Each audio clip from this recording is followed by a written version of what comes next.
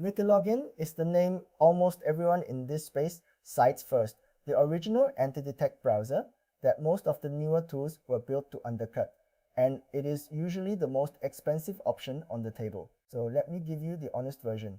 Today, I want to look at Multilogin specifically, what it actually is, where its age and its two browser engines genuinely earn the price, and where the marketing and the affiliate crowd run ahead of what the tool really does. No undetectable promises, no claim that any browser keeps your account safe, just a straight read from someone who runs these setups for real. Quick note on where this comes from before I start. I run real proxy and cloud phone farms, and I test these browsers hands on the way multi-accounters actually use them, with real proxies attached and every profile read through a public checker. Any verdict I give here is tied to what Multilogin did in that testing, not to a commission, and not to the fantasy that a browser can stop bans, because none of them can. What a tool controls is one half of the identity, and I will be clear throughout about where that half ends and your own work begins. Start playing.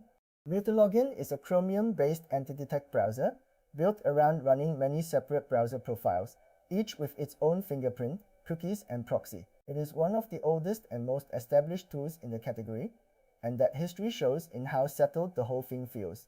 Under the hood, it runs two of its own browser engines, a Chromium build they call Mimic, and a Firefox build they call StealthFox. And that pair is the single thing that most sets Multilogin apart from the crowd of Chromium-only tools around it. Let me sit on those two engines, because they matter more than the spec sheet makes them look. Almost every competitor gives you Chromium, and only Chromium, so every profile you make looks like some flavor of Chrome. Multilogin lets a profile present as Firefox instead, through StealthFox, and Firefox profiles are simply rarer in most detection data, which can help you blend where the Chromium crowd is saturated. The honest caveat is that Firefox has a small real-world share, so a Firefox profile has to be coherent all the way down, or it stands out for the opposite reason. Still, having the choice is a genuine edge that almost nothing else in the category offers. Now the part that decides the whole thing for most people, the price. Multilogin does not really give you a free tier the way Gologin or AdsPower do.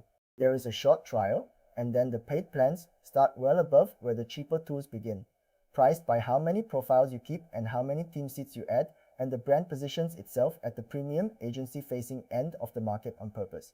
I will say it plainly, this is the expensive option, and whether it is worth the premium depends entirely on whether you actually use the things the premium pays for. Onto fingerprints, which is what people actually buy these tools for. Multilogin generates coherent profiles out of both engines and lets you adjust the usual surfaces, the canvas, the WebGray renderer, the fonts, the time zone, and the rest. As with every tool here, the point in testing is never that it can change values. They all can. It is whether the values agree with one another and stay stable when a site reads them twice.